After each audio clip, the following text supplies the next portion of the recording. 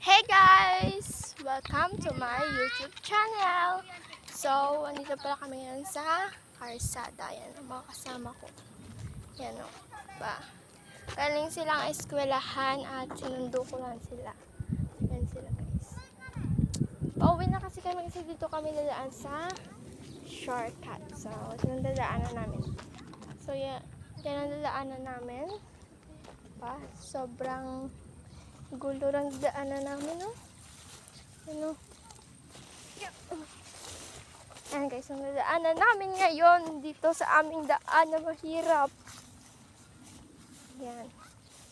Kasi ano, grabe tayo dito. Tapos, yan guys, yung mga kasama ko. Nauna na sila at ako nahuhuli pa rin. Yan. Hi guys! Hello, yan.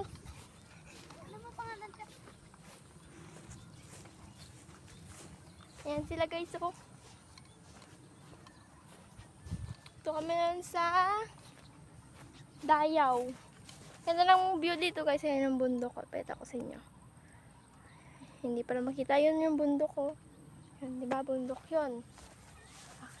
Ano dito yun? Maano dito yun guys yung view. Yung view dito is sobrang ganda. Kasi, kumbaga sa mapa is parang isla to, tapos napapalibutan kami ng tubig tsaka mga bundok.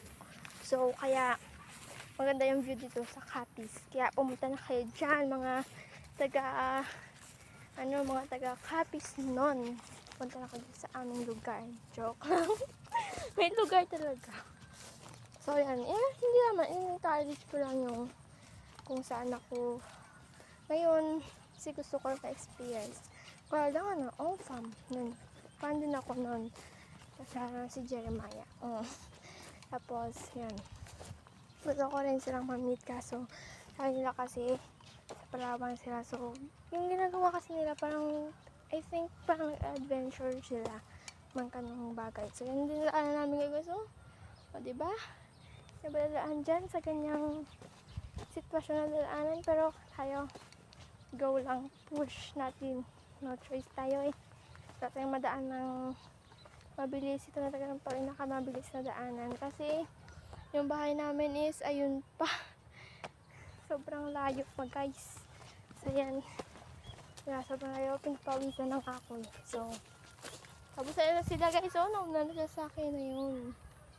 Diba? Sobrang bilis nga maglakad kasi tayong kasi hindi na tayo. Actually, mayroon naman akong dalang panyo. So, ang tayo. Ang pawis. Ayan o. Ayan, diba? Sobrang bilis sila maglakad. Tapos ako sobrang bagal. Ayan, lapit kaming bahay. Ayan ang bahay namin o. Ayan, alam mo. So, ito mahirap na daan guys kasi flat na siya. Kaya yung mga curve na yun ang pinakamahirap na daan dito sa amin. Ayan, dito na kami. Lapit na yun yung bahay namin. Yan, nagdaan tayo mga ganyang damo-damo. Diba? Kasi uyapad kasi to guys. Sa Ilonggo kasi, or sa Hiligay no, ang tawag dito sa to is uyapad. Kasi pag sa Tagalog, hindi ko alam kasi hindi pa rin ako sanay mag-Tagalog. Hindi po siya So, yan. Thankful na kauwi na kami sa aming bahay. So, yan lang guys. Bye-bye.